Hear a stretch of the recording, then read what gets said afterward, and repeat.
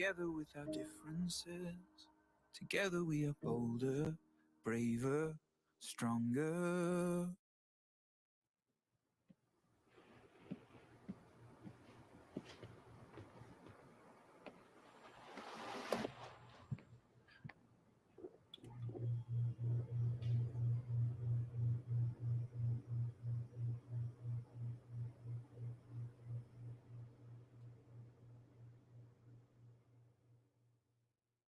Keep it locked right here on FWR, Free Worship Radio.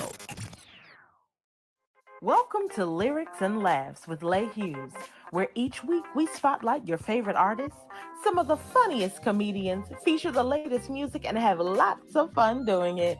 We've got another exciting show in store for you today. Stay locked right here on FWR Gospel. This week's Sunday Fun Day Comedy Spotlight features none other than funny lady Small Fire, straight out of Atlanta, Georgia. How many of y'all mamas? How many mamas in the place? Mama stuck with me though, because I ain't always do, Christian comedy. I start out on the other side. I believe I see a few witnesses. I started out on the other side, but Mama stuck with me. She stuck with me. She supported me until I came and brought it on in. But every time, they had a revival, she was trying to invite me on in, trying to get me real saved. Yeah. Because, I was that kind of saved. I was saved, but there's some stuff I was still trying to hold on to. That kind of saved. You be saved, but not quite delivered. There it is. There it is. That's where I was, So every time they had revival, Mama invite me out. Baby, what you doing this week? I said, I'm working every night. She said, you must have heard about the revival. I said, yes, ma'am, they had it on the radio. She said, oh, okay. Oh, you in town? I said, yes, I'm in town. Okay, then. She said, well, what time you get finished? I said, I get finished around 10. She got me. She said, well, we still be in service. Won't you just stick your head in the door? I said, okay, Mama. You got to please Mama. So I tried to get to the church. These about 12. But, I'm trying to get there for the catfish dinner. Because the mother's board did not play. You could get 3 pieces of catfish, coleslaw, and spaghetti for $3. And the sweet tea was free. So, I'm trying to get there for the catfish dinner. I get to the church midnight, right? I see the lights still on. I said, well, maybe they're getting ready to have a benediction. Honey, I walk in that church, people running around in circles, jumping over pews. The preacher hadn't even got up yet. These folks ain't ready to go nowhere. I said, I'm going to wake them out. So I sit on the back pew. I'm going to wake them out. Sit right here until they finish. The preacher got up. Y'all sit down, stop the music, stop that music. Y'all sit down. Come here, baby. Now, I'm on the back row, but I do like everybody else. Who?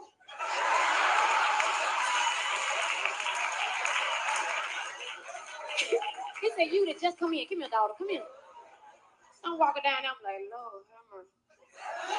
I said, Lord, I'm tired. Please don't let that man knock me down. I get down there, and true enough, he had a word from God. So he told me what God had to say. But evidently, God didn't tell him what I said. Because before I knew, I was on the floor. And y'all, I promise, a lady out of nowhere just came and threw some cup over me.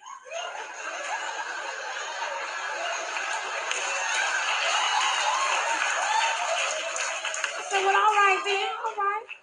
And then another lady came and for no reason at all, she just started fanning me. So I told her, appreciate it. Because I went on there and took me a nap. Now that's what I call resting in the Lord. Honey, when I woke up, church was over. But nobody there was me and them 2 ladies. And they just walking by me. God is really doing the work on her. I turned over. I said, yes, he is.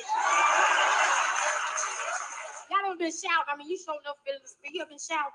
You was getting ready to run down the aisle. You saw somebody big coming down the aisle. You like, oh, no. I think I'll take this route right now. This look a little safer. Now, you know, the ushers will look out for you, don't they? They make sure don't nothing happen to you. I don't shout unless I got an usher with me. I feel the spirit. I'm like, oh, hold on. Can I get an usher over here, please? Yeah, I feel the spirit. Thank you, baby. Watch my purse coming too.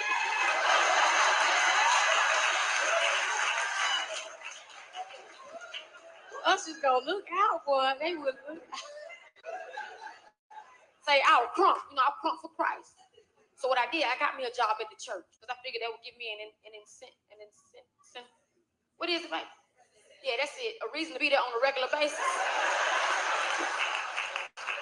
So I started playing the drums in the church, you know, because that came easy to me. I was already a little tomboy, so you know I played the drum. And it was easy because I played doing testimony service. Y'all know all them songs go to the same beat anyway. Only problem I had when the older women like to make up their own song. And then get mad at me because I can't keep up with them. I'm like, hey, now, you the one over there freestyling. You the only one in here know the words. The hold on, Jesus, I'll be there in a minute. Hold on, Jesus, I'll be there in a minute. You're like, she is making this up. And my grandmama, she just remixed Jesus on the main line. I know y'all know the traditional version. Go Jesus on the main line. Oh, Jesus on the main line. Jesus on the main line. Oh, call him up and tell him. Here go, Grandma. Oh, star 69 is.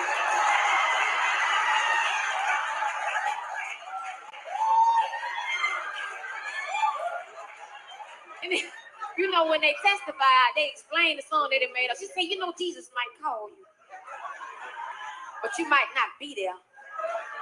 But don't worry, all you got to do is star 69 him back to see what he wants. Your mama think he lost it. Now, y'all know how she is hilarious. That was none other than Small Fires, straight out of Atlanta, Georgia.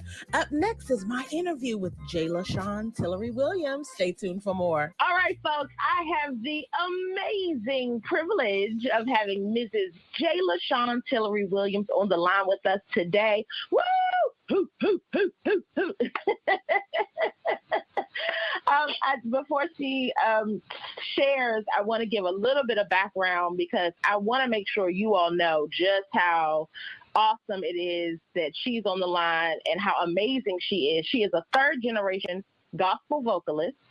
Her voice is rooted in tradition and carries the timeless weight of legendary singers she admires.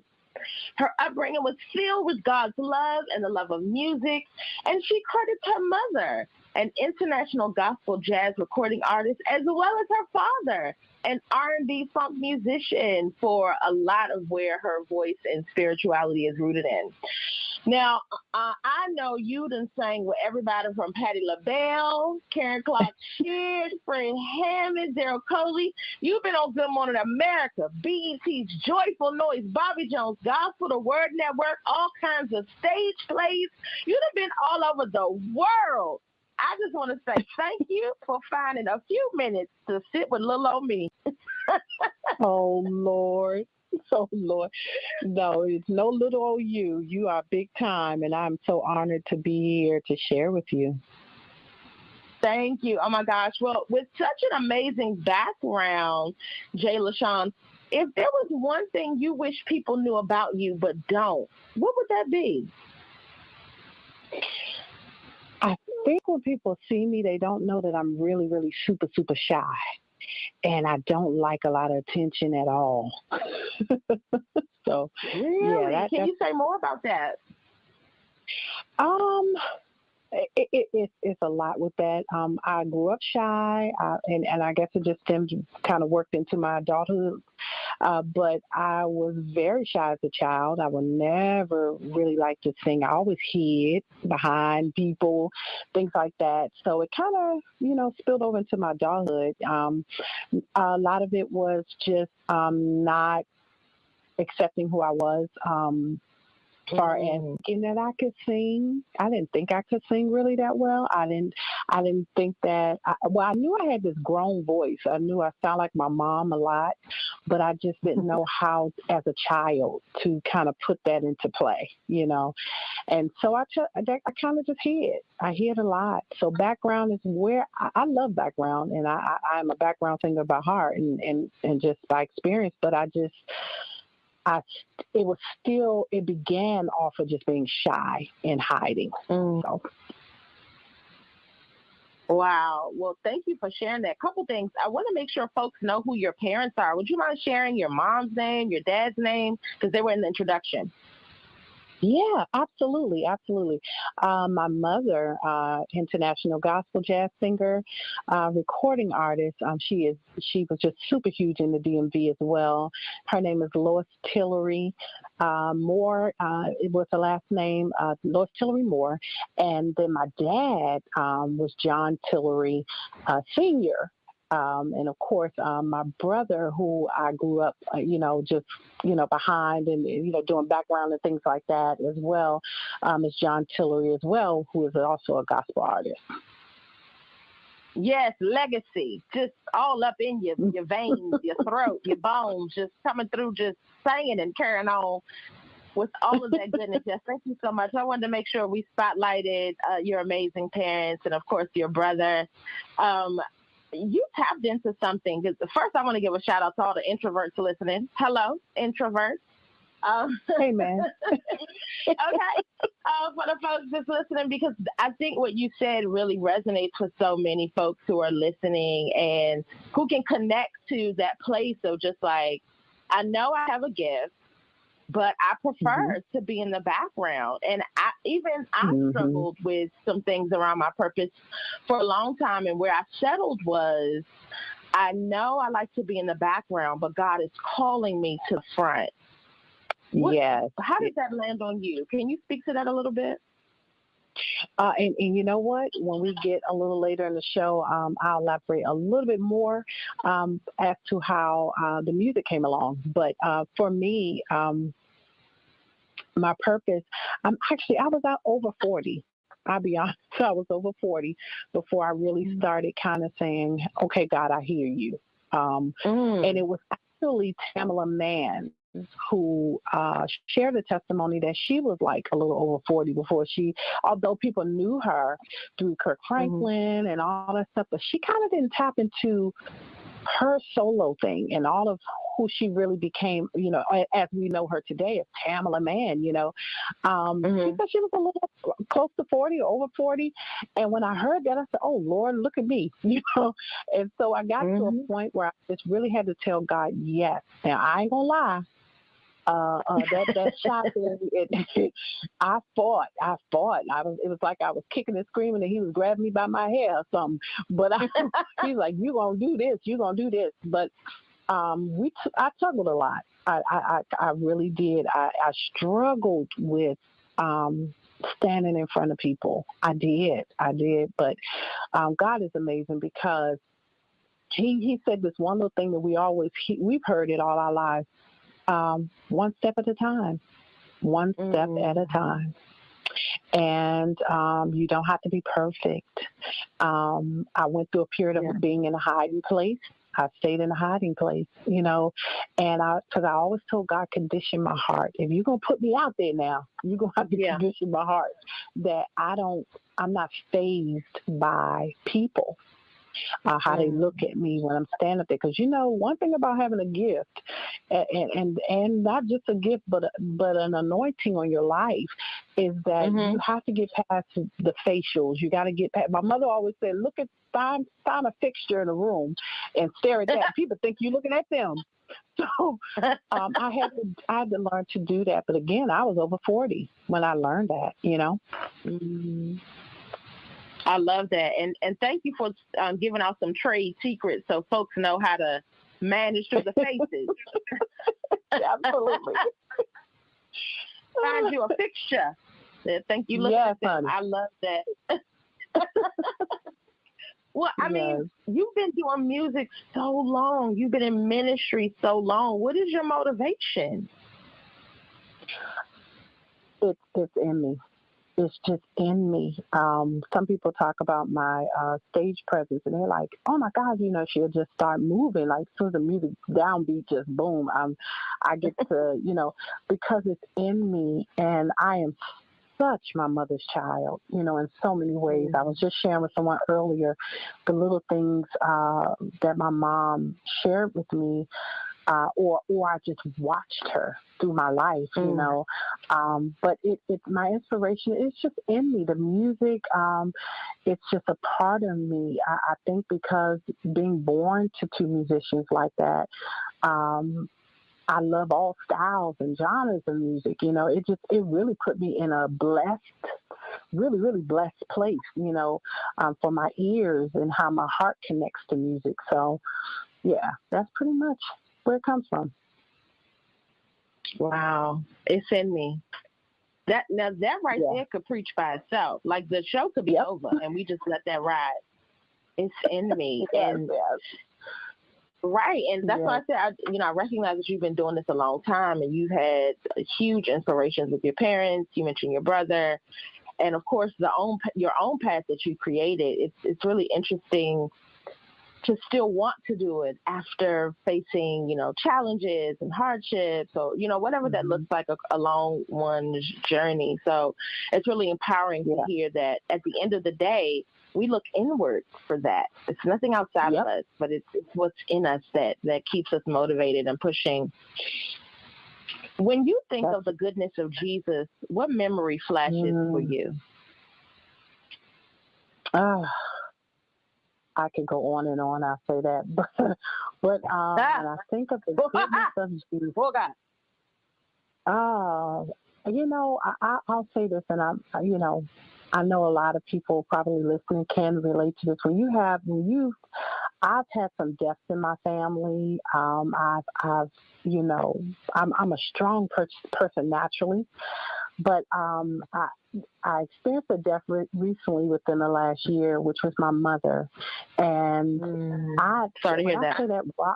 That rocked my world to a place that I remember people asking me so much, how are you doing? And I kept saying, I don't even know how to live. Like, I don't know what to do without her. I didn't even know how to conduct a conversation, after she passed. Like, I went mute.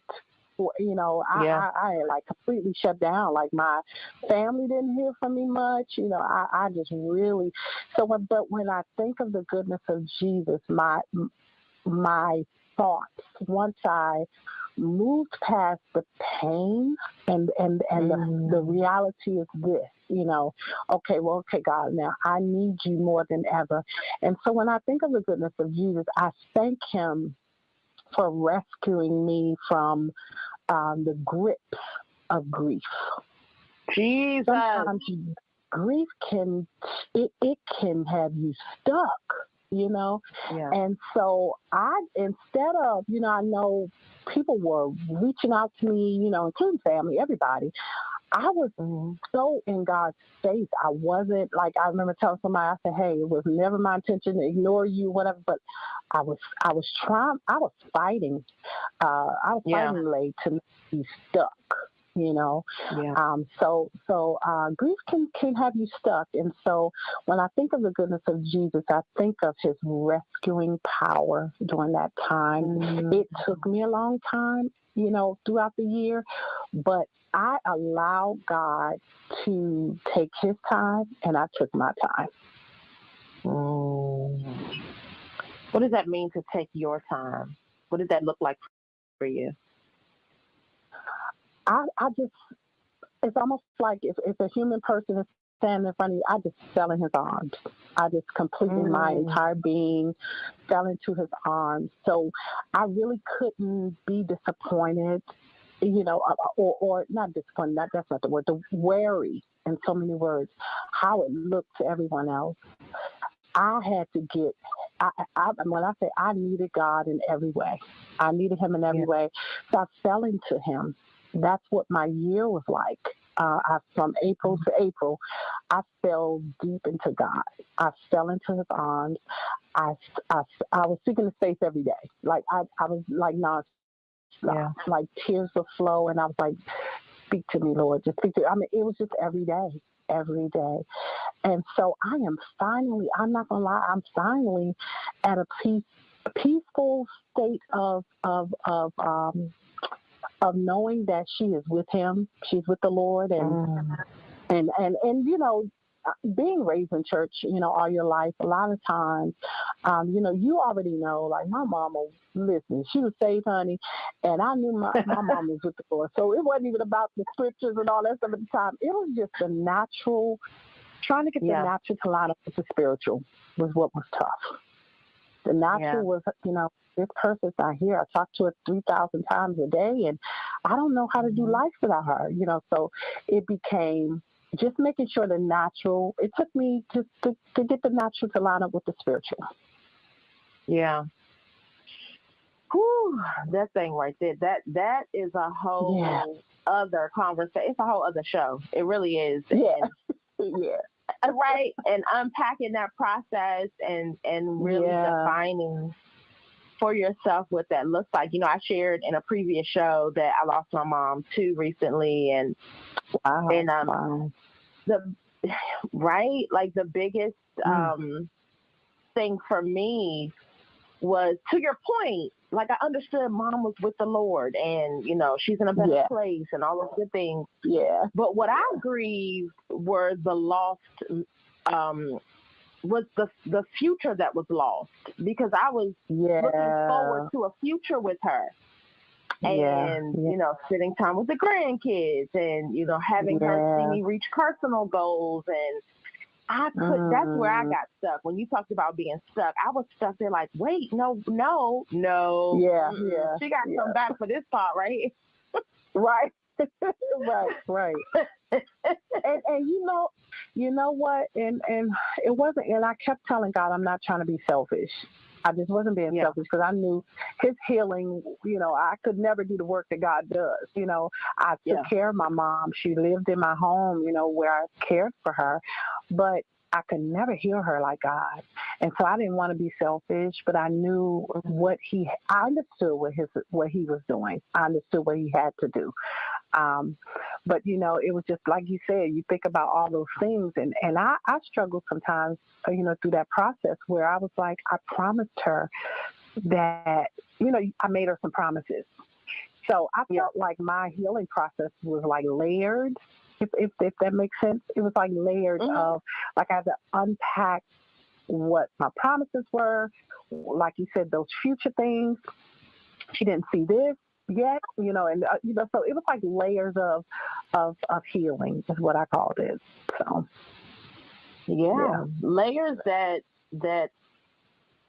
still have to be dealt with, right? Because there's I don't know that we ever really get over it. We just learn how to cope better. Nah. You know. Yeah. That's just interesting. That's interesting. What's the greatest piece of advice that you got from mom or your dad or any other significant person in your life? Yeah, you'll often hear this from me, and I tell it everywhere I go. My mother always used this one line. She would always say, see God in everything. And another thing that she was famous for just dropping nuggets. And I would go through something, I would call her. Yeah, I would call her and she'll say, see God in everything. Just see God in everything. And as ugly as it looked to you, all of a sudden you'll just start seeing a little sunshine in it. Because she said, no, see God in it. See God in it. Even when it looks like that, see God in it. Another one real quick that she said was,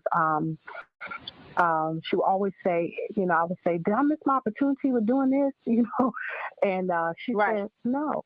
She said, no, if God called you to it, the way is already made. So she always would share that. Yeah, because I thought I missed the out of country. There was an opportunity to go out of country, and I thought I missed it because at that point I was doing some work with another artist, and I was like, well, they asked me to go, and then I didn't go, and so I remember. I'm thinking that was the opportunity. And my mom's like, nope, you didn't miss your opportunity. She said, because your way is already made. And then I thought about that thing when the opportunity that I thought I missed, I would have had to put out a lot of money. Geez, but when my mom's words became life, and I walked in it, was when that opportunity really did come. I didn't put out a dime. So when she said the way is already made, if God pulled you to it, honey, he called your name, he put your name in the room, and he called your name across that table, the way is made. That means it won't cost you. It won't cost you, because that's not what God will have for you. So I'm a living witness testimony to Mama's words. J'LaShawn, you and Mama are preaching in here today. We got to figure out where to send that offering. Oh, man. Listen. Take it and live off of it. I'll tell you, because I do every day. That's some good stuff right there. You tapped into talking about an international opportunity, which raised to mind for me that one of the songs we're featuring today, Make a Joyful Noise, was recorded in Poland. And I know that you originally recorded the song 22 years ago with your brother, and then again more recently in 2019. Can you talk to us about that song and sort of what it was like to record in Poland? Yeah, I was in my little shy mode 22 years ago, and I was singing a little background for my brother and his little group. During that time, Living Sacrifice was kind of brand new. It started with his college choir, but we kind of branched off, and we were kind of new in the city at the time, and as an aggregation of singers. And I remember he was writing songs, and he was giving everybody songs, and finally one day he said, I wrote this song for Shawn. And I immediately just sunk because, I got shy real quick. I can't do that. So he took me to the studio, and we recorded that song. And it was really a sweet worship song, and it really it was like, just very sweet as a worship song on a record.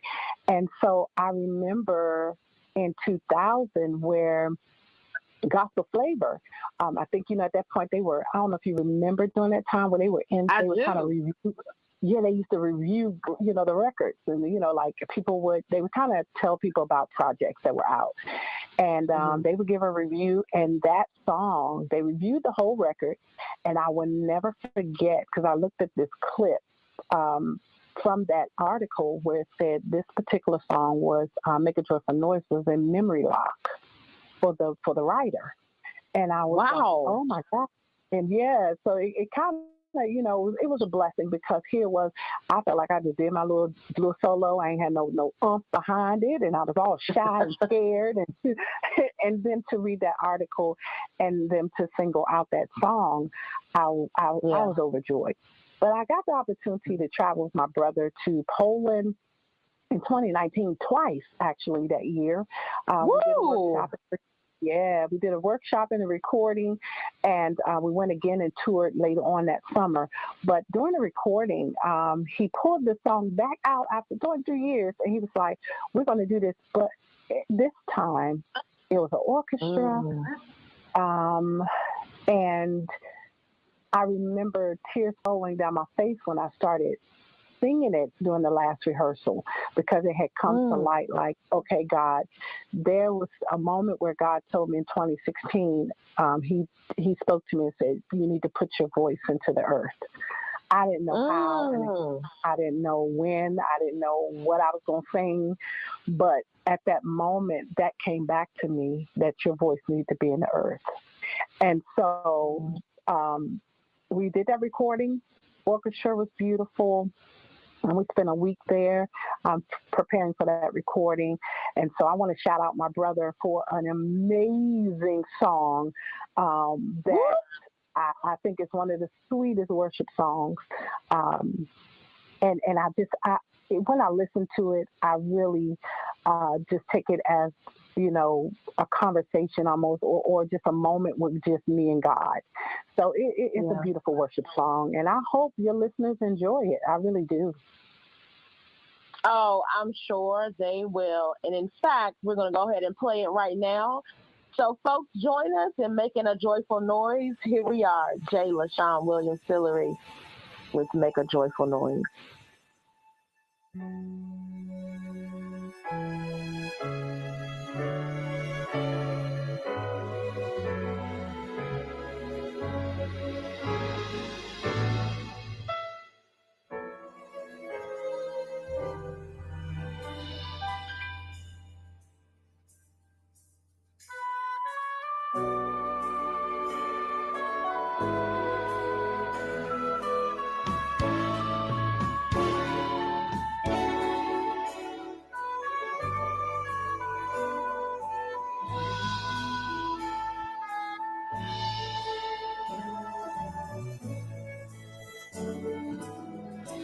Make a joyful noise unto the Lord.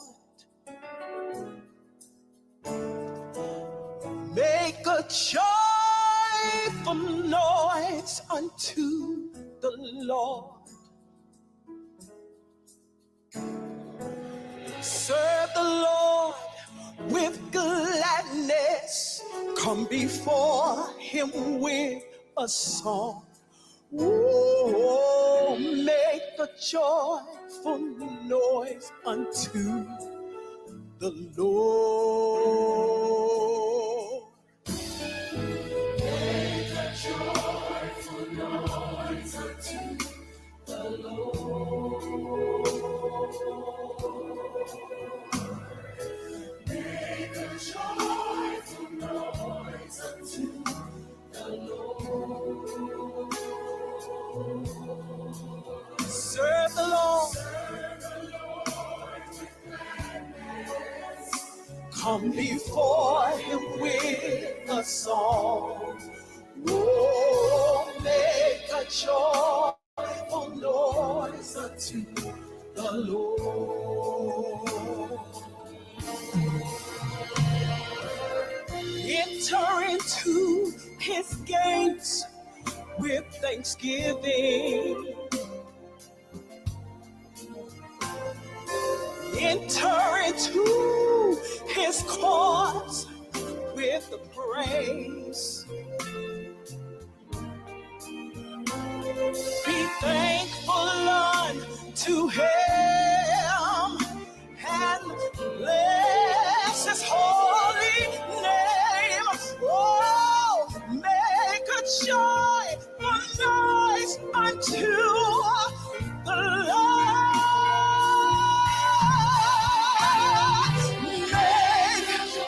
Make a joyful noise unto the Lord. Make a joyful noise unto the Lord.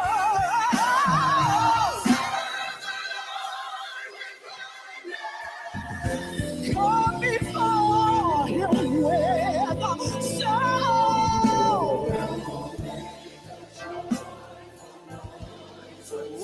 Oh, yes.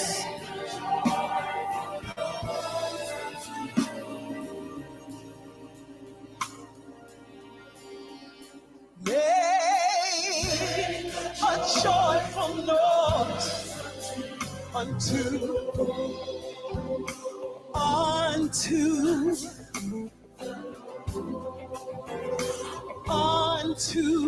the Lord.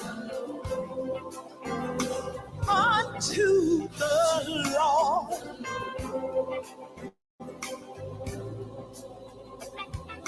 Come on, let's sing. Shout.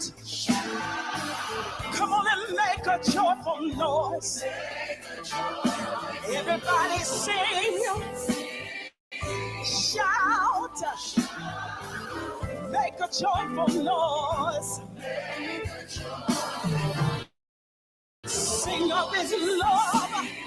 Sing of his kindness. Make a joyful noise. Sing of his joy. Sing of his faithfulness. Make a joyful noise. Yes. Come on and sing. Shout. Make a joyful noise unto the Lord. Lift your voice. Sing his praises. Like a joyful noise. Hey, sing. Shout. Sing of his goodness. If he's ever been good to you, sing of his love. Make a joyful noise.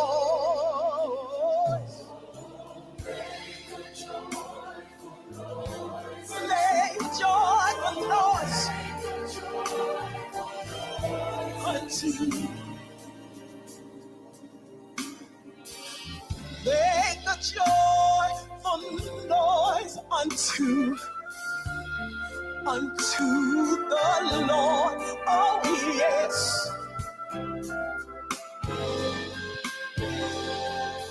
Oh, make a joyful noise unto the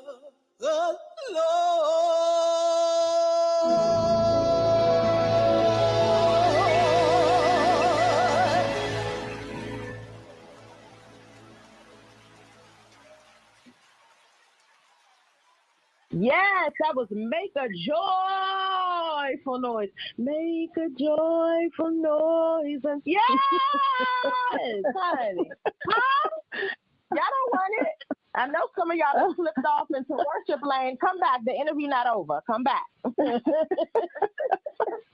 Oh man, That was a blessing, a blessing to hear and to experience. It really does. It's the song itself is an experience in that once you remove the distractions, you focus in on the lyrics, the word, the music, it will carry you to where you need to be in Christ, I believe.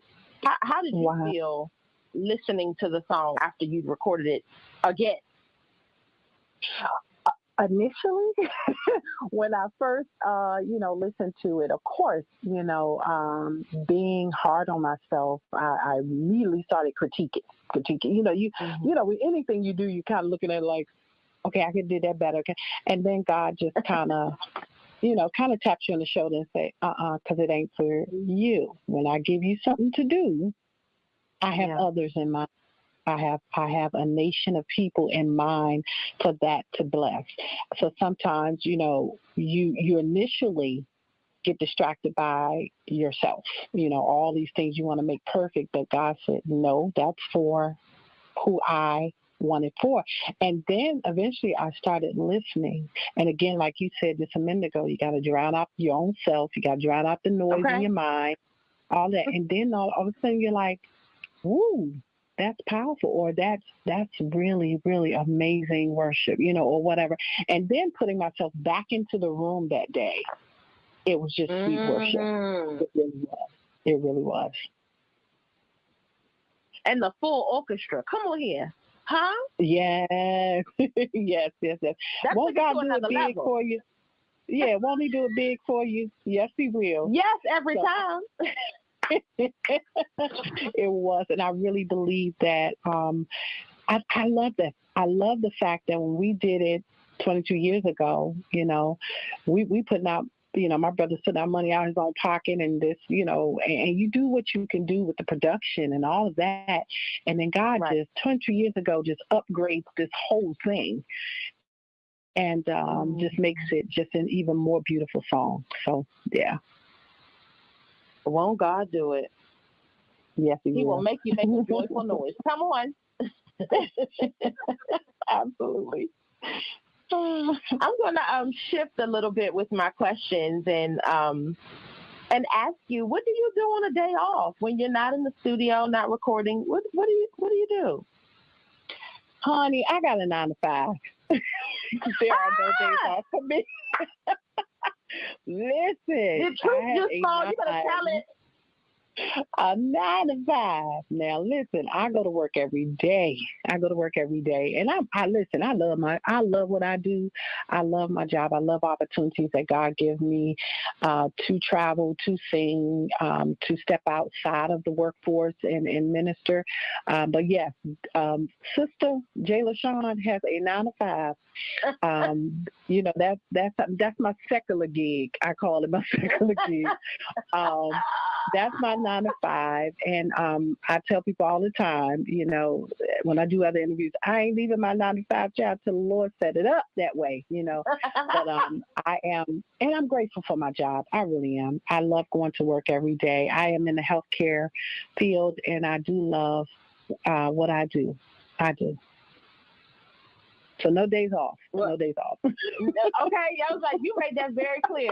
But I think that's a great message too, because so many people feel like you have to do one or the other. And if you have a 9 to 5, then potentially you can't invest, or you can't do as well, in music because you have another focus. And that's not true. Like, look at you. I read your whole half your bio, and you're thriving. Yeah. And listen, we have purpose. God gives us things to do. He gives us assignments, and he gives us, work to do. And we need to fund it with our secular job. Our secular gig will fund our purpose is what I tell people. So, it helps. It helps, as you do what God calls you to do. He will send the resources, and a lot of times the resources come through that way to do what you do. Yeah. Is it still a grind for you, or where would you say you are in the music ministry? Yeah. I am looking to put out some more music, so it's still a grind, to just stay afloat. I have to always make decisions when I do get a call. So a lot of times people don't see me out traveling and doing a lot of background work, because a lot of times I have to just be really smart about, and as I tell people, it has to make sense, in your mind. It also has to make sense in your pocket to get up and go. As you know, I have a family, so it has to make sense. All of that has to make sense. So the grind is real, but I do have to make sense of the grind. Period. Period with a T. Yes. Yes. What's been your favorite background singer gig? And you don't have to, name any specific people, but if you want to. Absolutely. I honestly am one of those people. I do not take background singing I don't take it lightly at all. And I have actually, God has just blessed me to enjoy every piece of work that I've ever done. I can sit here and say, I've enjoyed every bit of the journey. I have to say,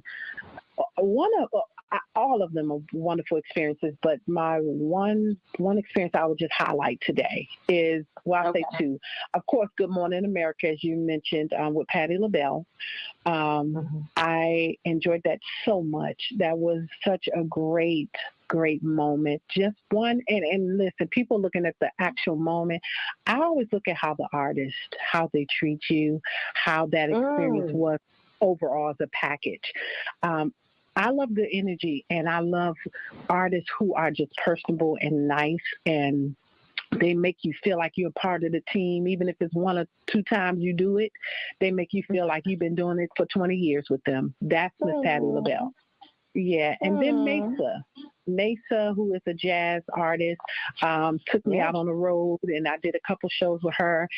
She's another one, just made me feel like I've been her background singer for 20, 30 years.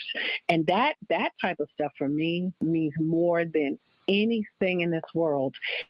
If you can make me feel like I only did it once or twice, well, you make me, and still to this day, you stay in touch with me. You still send me love. Miss Patty LaBelle has shouted, she has pulled me to the side and said, I love your spirit. All those things, they stay with me, they're always with me. How you treat me always, stays with me. How you treat me always stays with me. You've been dropping some nuggets today. Okay. How you treat me always stays with me. But I think that's real. Like it's more about the experience you have with people than maybe any particular moment. And so I really appreciate how you called that out and really amplified that in your experiences with Patty LaBelle and Mesa. And as you mentioned, everyone that you highlighted too. Yeah. How you make me feel stays and with me. How do you want real? Yeah, please. I'm sorry. Cut you off. I just want to share this too. Even locally, I'm saying and I want to shout these people out because I know they bless me a lot. And I don't get to sing with them, or our paths are taking different turns or whatever. But it is. I appreciate them. Of course, my brother's group, John Tillery. I love, Michael White and True Praise, Kendall King, Robert Person, Roderick Giles. I sang with so many people in this city Toby Palmer, Freddie Jackson, who is actually no longer with us, but that was where I got my start, in the city. Yeah. And so all of those people, I enjoyed singing with them. I enjoyed just being a part of whatever season it was, and we just the energy was just good. That's all I can say. It was just good. But I wanted to shout them out because I know that a lot of times people get to a certain place or they do a certain thing and they don't mention people that were assets or just they you spent some time with them musically, and I just appreciate people that I've just spent time with musically, and it was so good. It was just so good. Outstanding. Yes, thank you. I'm glad that you did that, right? Because I think it matters, and it's also important to model the way so people can see how to do that. And really, celebrate other people and the partnerships you have. I do want to call out one thing. You were referencing the city. So for those listening, these are national artists who are generally based in the D.C., Maryland, Virginia area that J'LaShawn calls out. So definitely want to make sure D.C. being represented. Yes, indeed. Yes, indeed. Stand up. Yes, indeed. Now, the question I was going to ask you is, because you were talking a lot about how the way people make you feel that sticks with you. How do you want people to feel when they encounter you? I say all things love. My mom was that. I am just a spit image of my mom in so many ways, even down to how we treat people. I think she was the perfect model, and I grew up, I'll tell you this little story. I ran into a girlfriend from elementary school. That's how far. I haven't seen her since then, probably like 5th grade or something.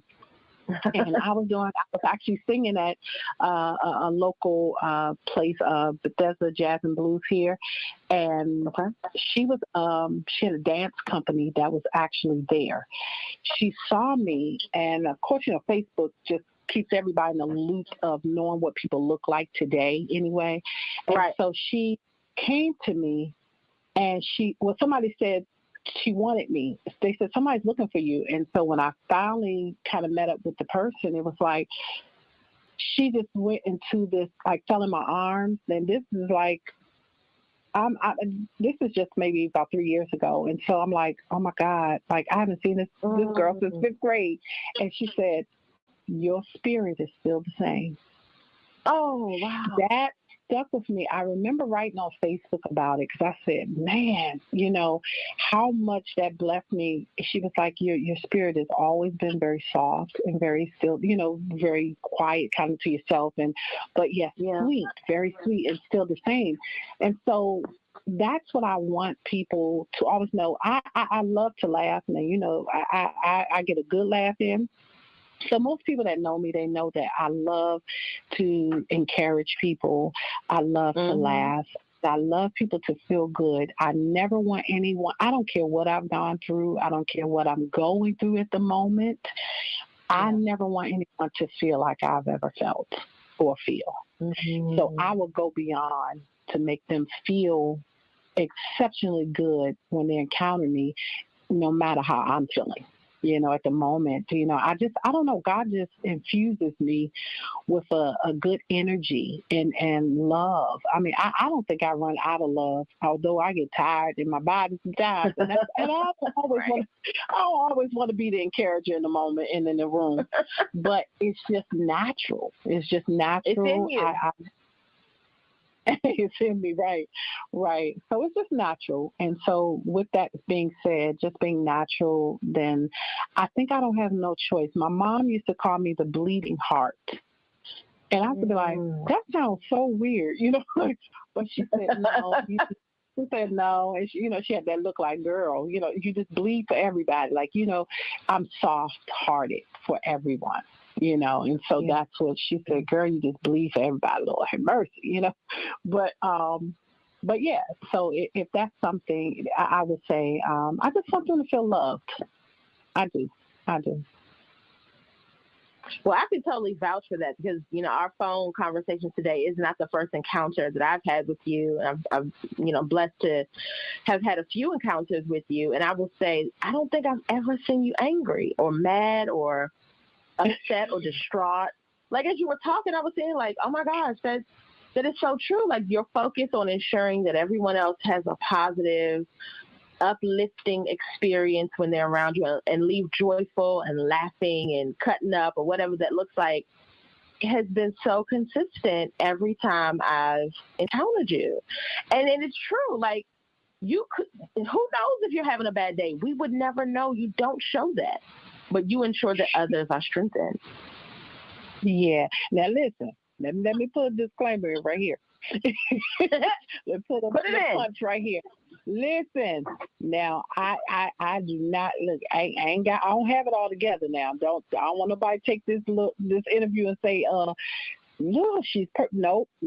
I can get a little too when I want one. Now I can get one, but I generally, you know, I want to make people feel good, and I generally it takes a lot for me to get a certain place, but I would never sit here and say that I don't have that moment. I don't have them, but it takes a whole lot to get there, and sometimes it's kind of a little hard to bring me back out of it, but it takes a lot to get there, and just generally speaking, I am generally I'll say 99.9% of the time, I am what you see, you know, and what you get. And that's love and encouragement and sweet. So I would say that 1% can be, I hope it don't wipe out the 99.9, but it's there. It is there. And yeah. So I want to put that in there because, you know, people will be like, oh, well, I can run over her. Nope. Don't be tricked. No. It's there. No. No, please don't. That cannot be left open for interpretation. I'm so glad you closed that gap because I'm crystal clear. You are far from a pushover. Let the devil be told now. Let him get clear now. And all other enemies, shut your mouth. Exactly. I'm crystal and clear. all his cousins. But look at all his and cousins. all his cousins. Let them know. Come here to share the word. Spread it. No, I'm crystal clear that is not the case. No, you are. But I just mean in general, right? Just when things are aligned and folks' spirit is right, you. That's right. You show us a good time. You said you care for the people around you. That's right. That's what we want you to know. You had to make that so clear. stay right there. Right. I love that you had to make that clear. There was nothing shy about that. Can we also be clear on that? Yeah.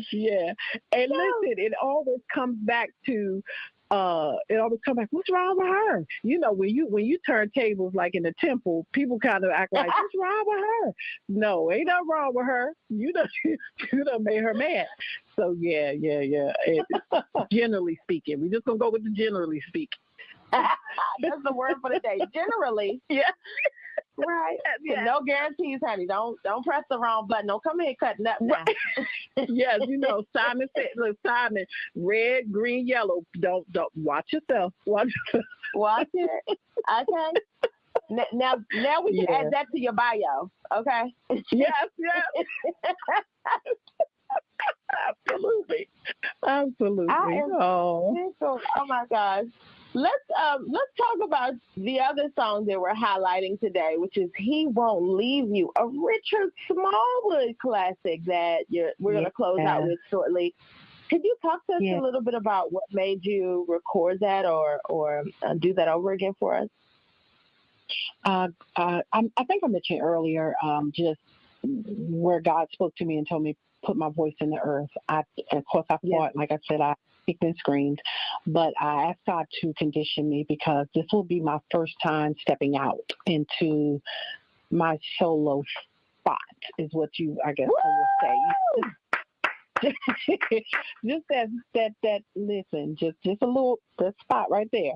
And so I stepped out, and so, but it took me, honestly, when God spoke to me, it was like a 3-year period where I kind of was like fighting and kicking and screaming, and I just settled with, okay, God, I told you yes, but I'm scared. And so I had to ask him to condition my heart, and he did. I said, I don't want to be caught up in the record sales and radio, and I don't want to be doing that, because I'll be honest with you, I have, like you said, I've sang with a lot of people, just nationally, locally, whatever.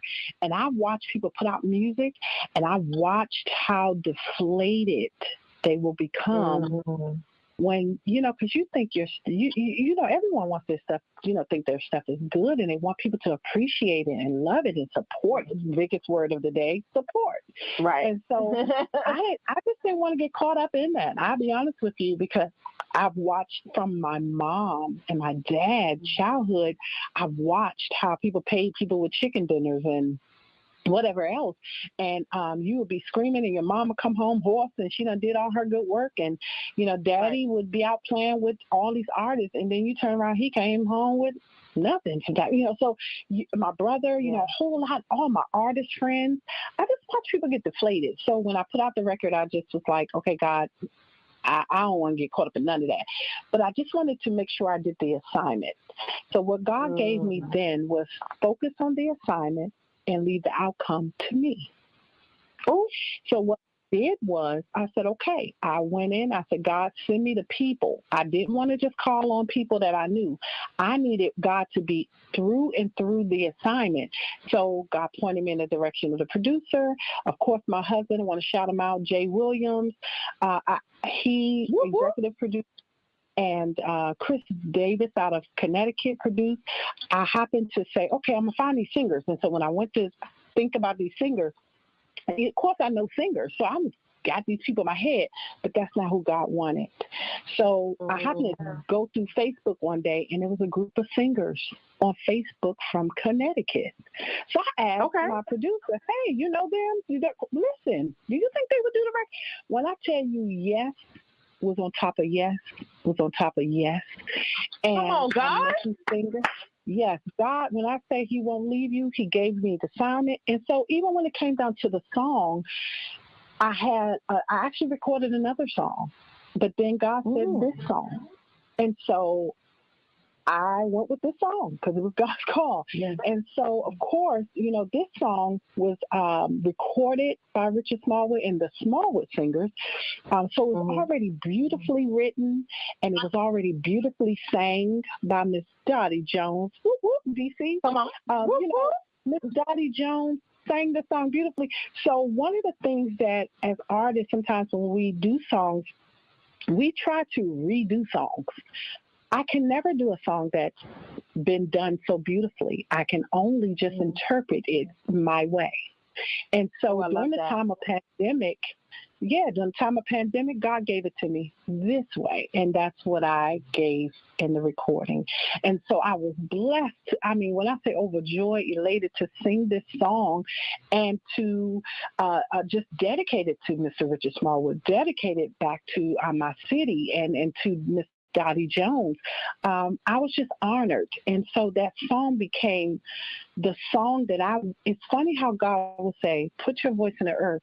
And that, I believe he knew that my mom would go. When my mom was with me and I had released the song, I would wake up at 5 a.m. to go to work, and I would hear my mother in the other room playing it from her phone from YouTube.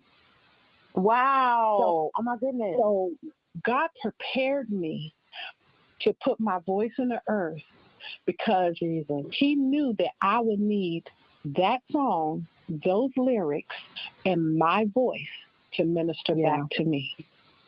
So I am grateful. This song, I dedicate it even to you, your listeners, that even in the season that we have been in, God is faithful. God is saying he will never leave you. And the scripture, I remember during that time, I was, trying to just like, God, just as I was preparing to sing it, he reminded me of the scripture from Psalms 116, where he says, I love the Lord because he hears my voice and my prayer for mercy. Yes, because he bends, this is the part right here where it says he bends his ear down to listen. I will pray as long as I have breath.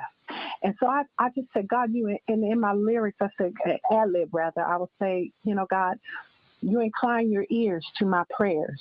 All I have to do is call your name. And so that ministered back, that I'm telling you, I play that song to myself. It's just because I would have never done it. I would never put out that music if it was left up to me. So I'm grateful that all that kicking and screaming, at the end of the day, it was for me. God knew. He said this was going to be for you, but I was too busy kicking and screaming and being shy. And that's why at some point you have to say yes to God, and you have to get out of that kicking and screaming and being shy. You have to say yes, because at the end of the day, it's ultimately for his glory, but it's going to bless you. And I want to share this real quick. I know we're getting ready to probably wrap it up. I don't know. But I want to share this with you. Oh, thank you. I wanted to share this with you because I shared it before. During the pandemic, when it first hit, my husband, as you know, is a professional drummer. And his calendar got wiped out. I will never forget. And so there was not one date standing on the calendar at one point. And so I'm in a heap of healthcare. I'm in a heap of going to work every day. And I'm watching people just pass away every day by the numbers, great numbers. And so I said, God, I remember talking to God because at this point, I'm getting ready to release this song. And I said, God, what are we going to do? My husband's calendar is wiped out. I'm like, I'm going to God in like panic mode, but not really so much in particularly a whole panic mode, but just like, okay, God, give me strategy. I'm give me strategy. I'm the wife. Right. I'm supposed to help, and although I had a full-time job, it's still like, tell me what to do. At that point, God said, don't worry. That's why those lyrics became life to me, because he said the seeds that you both have sown over the years are coming back to bless you. And when I tell you we ain't missed not one thing, every seed that you have sown in the lives of of my people, and the lives of the people on your job, my husband have traveled the world and have been a blessing to people. He said that is coming back to be a blessing to you. And so just know, be encouraged that every seed that you have sown, God, it's making its way, it's en route back to you. So when you try to figure out, Lord, how did I not miss any meals or bills, all everything's paid and everything? That's what it is, the seeds. So continue to sow. I tell people continue to put out good at all times. I don't care what they're doing. I don't care what people say. You keep putting out good, and you watch those seeds come back to bless you. So yes, I am grateful for this song, and I hope it's a blessing to your listeners as well. I do. Oh, I know it will be, and I'm anxious to play He Won't Leave You. Before we do, J'LaShawn, were there any places that we can find your music? Can you tell us how we can follow you, stay in contact with you? Give us the rundown. Absolutely. I am on Facebook. I am on Instagram. I am on Twitter. J'LaShawn, Tillery-Williams. If you type it in, you'll find me.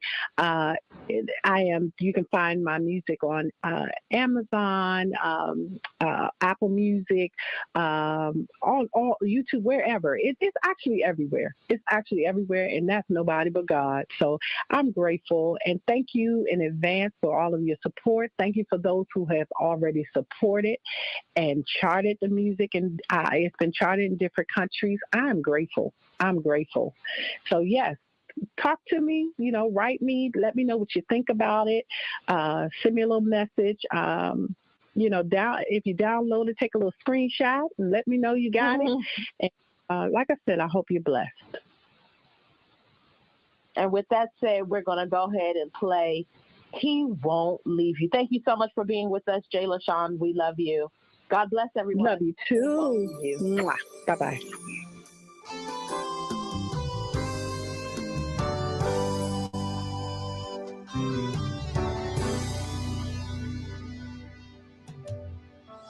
You say that life has got you down.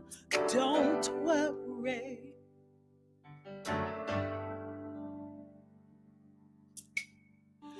You say your trouble has got you bound. Don't worry. For I know someone who sees and cares, and he hears the selfless prayers. There's no problem that he will not help you bear.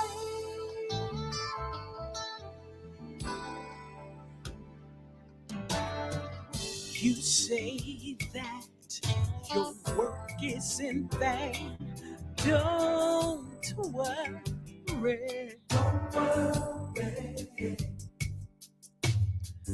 You say your life is filled with rain. Don't worry. For behind that cloud, he's waiting there. And he hears the selfless praise. There's no problem that he will not help you pay.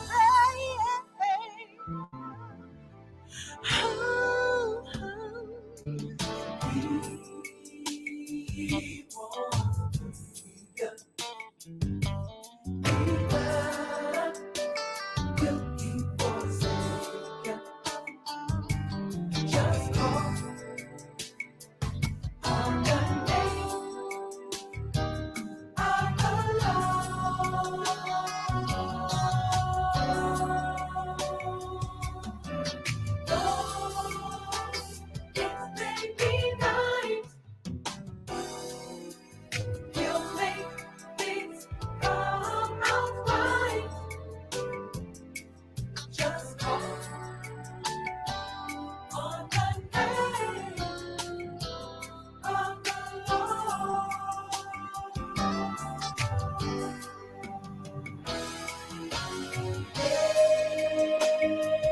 won't leave you. He won't leave you.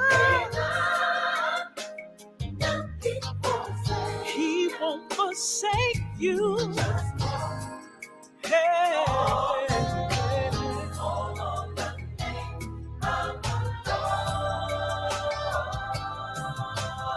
You can call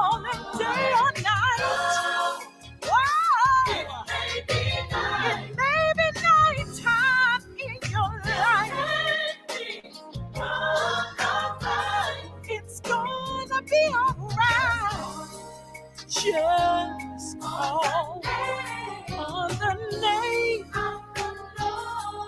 Ooh, all you have to do is just call on the name. He inclines his ears to our prayers. All we have to do is call. Just call on the name. Whenever you need the Lord, He's always on time. Just call. You just call. He sees your tears. He hears your cry. Just call.